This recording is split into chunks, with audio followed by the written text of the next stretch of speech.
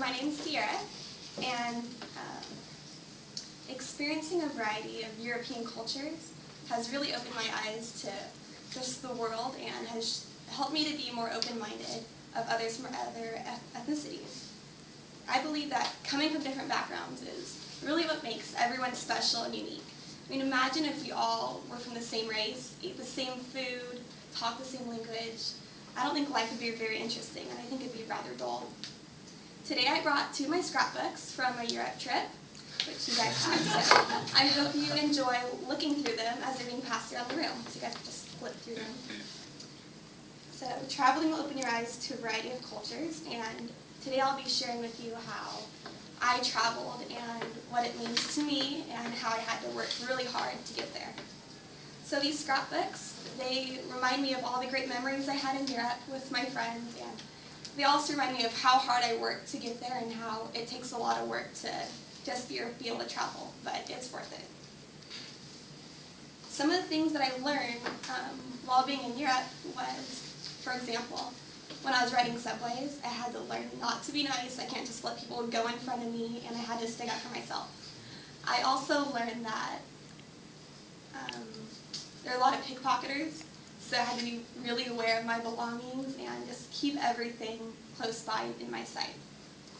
My junior high and high school, they really emphasized traveling and hard work. I knew that in junior high they talked about how we had the opportunity to go on a West Coast trip. And at this time I was so young I hadn't even thought about traveling, but I thought, hey, this sounds really fun, I'll be with my friends, but I knew that my parents were just going to pay it all for me. I had to work really hard and raise much of the money myself. So I worked really hard for about a year. I sacrificed many things, did fundraisers, did extra chores all around my house, and eventually I was able to go on this trip. After going on this first trip, I realized that traveling is something that I really loved, and I wanted to keep doing it. In high school, they even talked about a Europe trip, but I knew, of course, Europe was going to be much more expensive, so I worked extremely hard, saved my money, and I was able to go. Some of the things I learned in Europe were that the languages were very different. I tried to learn a few words and give it a try, but it was really hard. The currency was different.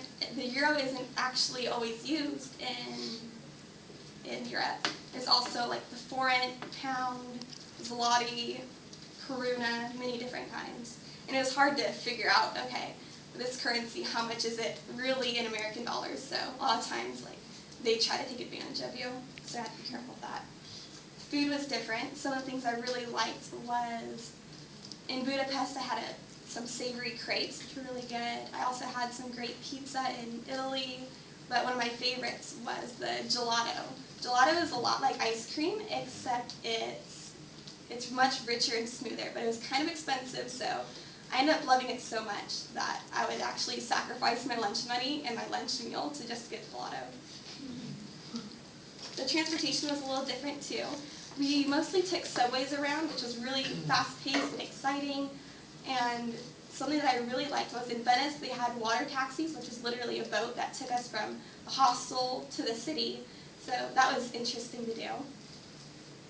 And probably the most important place that I went to was Auschwitz, Poland, because that's the home of the concentration camps. It was really heartbreaking and emotional to hear of what went on there during the Holocaust, but I know it was really important for me to visit because not only did it affect the Jews, but it had changed the whole world. So today I talked to you about how traveling is a part of me, what it means to me, and what my scrapbooks mean to me. And I told you how I'm a traveler, how I had to work hard to be able to travel so much, and I want to keep on doing it. And just looking through these scrapbooks reminds me that I should keep working hard, keep saving my money, because I really want to continue doing this hobby that I love.